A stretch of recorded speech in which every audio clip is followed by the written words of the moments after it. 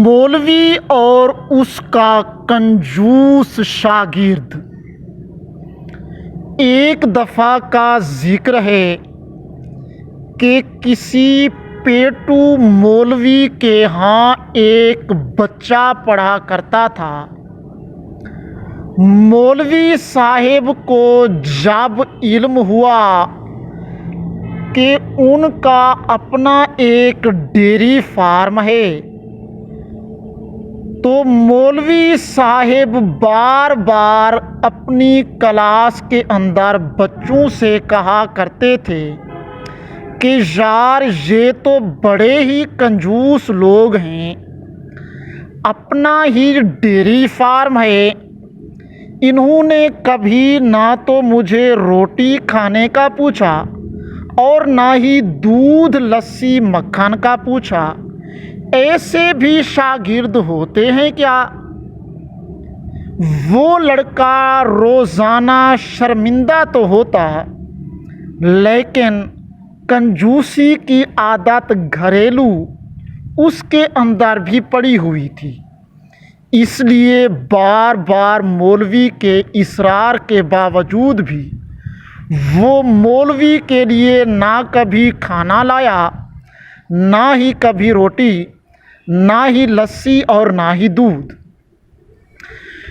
एक दफ़ा हुआ कुछ इस तरह कि रात का वक्त था, वो लड़का अपने घर वालों के हमराह सो रहा था कि अचानक बर्तनों के गिरने पड़ने की आवाज़ आई, तो सारे घर वाले उठ खड़े हुए। उन्होंने देखा कि बिल्ली दूध के बर्तन से दूध पी रही थी। वो लपके और बिल्ली को भगा दिया।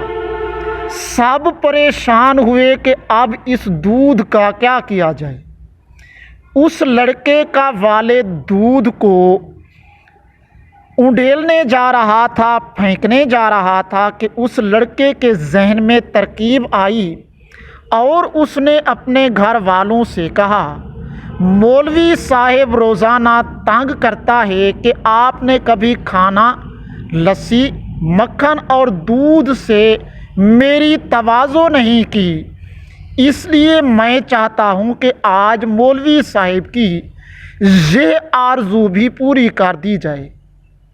सुबह होते ही जब वो क्लास के अंदर पहुँचा तो बहुत सी रोटियां, मक्खन और साथ में मिट्टी के लोटे, जिसे सराइकी में अस्तावा कहा जाता है, मिट्टी के लोटे में लस्सी बनी हुई मौलवी साहब के सामने हाजिर थी। उस रोज़ मौलवी साहब खाना खाते जाते और साथ साथ उस लड़के की तारीफ़ों के पुल भी बांधते जाते। हाँ जी, ये बड़ा फर्मा बरदार लड़का है, इसने देखें मुझे किस तरह मेरी तवाज़ो की। फिर एक लड़का जो वहाँ एक चुगलखोर आदत का बैठा हुआ था, उसने सारा पोल खोल दिया और कहा कि मौलवी साहब, आप जो ये तारीफ़ों के पुल बांधे जा रहे हैं, क्या आपको मालूम है कि यही दूध रात इनका कुछ बिल्ली पी गई थी, तो इन्होंने मौका मुनासिब समझा और आपकी तवाज़ो की। इस पर मौलवी साहिब को गुस्सा आया और उसने मट्टी का वो लोटा उछाल कर फेंका, जिससे वो टूट गया। ये देखते ही वो लड़का रोने लग गया। मौलवी साहिब ने कहा, एक तो आपने मुझे बिल्ली वाले दूध की लस्सी पिलाई और साथ में रो भी रहे हो।